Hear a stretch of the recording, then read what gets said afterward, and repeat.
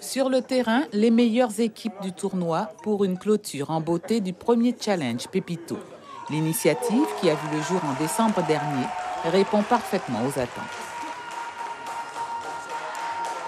Notre objectif, c'est vraiment, par le biais du football, de voir si on peut créer de l'insertion par le sport.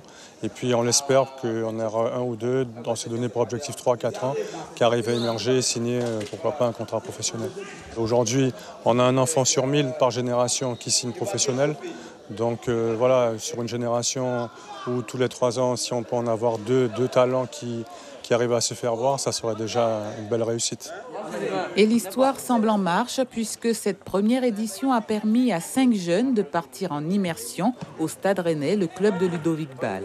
Robinho et Charlie, 13 ans, font partie des 3 jeunes retenus par le club qui les suivra pendant 2 ans. Ça s'est bien passé. On a vu le niveau là-bas, comment ils étaient, eux. On a vu de quoi, quelle qualité ils avaient de plus que nous, tout ça. Alors, quelle qualité ils ont? Eux, ils vont vite dans les contrôles, les passes.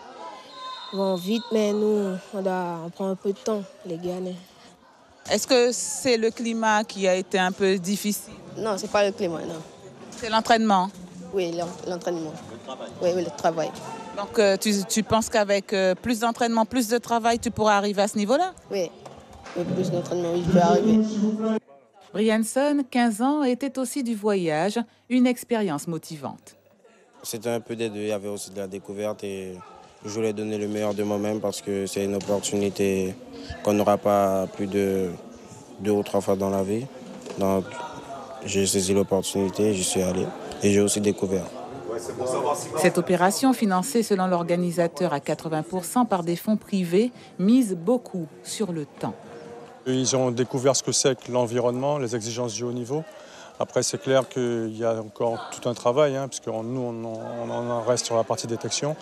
Donc, il y a tout un travail qu'il faut faire au niveau des clubs, au niveau des cadres techniques. Donc, nous, on fera passer des messages suite à ces immersions. Et puis, le temps que tout se mette en place, dans 2-3 ans, on espère qu'il y a 1 ou 2 jeunes qui arriveront à émerger. Avec Rennes, on a signé 5 ans. Le Stade Rennais se déplacera dorénavant 2 fois sur le territoire et on ira sur des catégories plus jeunes, c'est-à-dire depuis les U10, U11, puisqu'on travaille sur les U12, U13, donc depuis les U10, U11. Et voilà, donc c'est un projet qui maintenant, parce que vous savez, le plus dur, c'est de lancer. Et une fois que c'est lancé, il faut après ensuite pérenniser.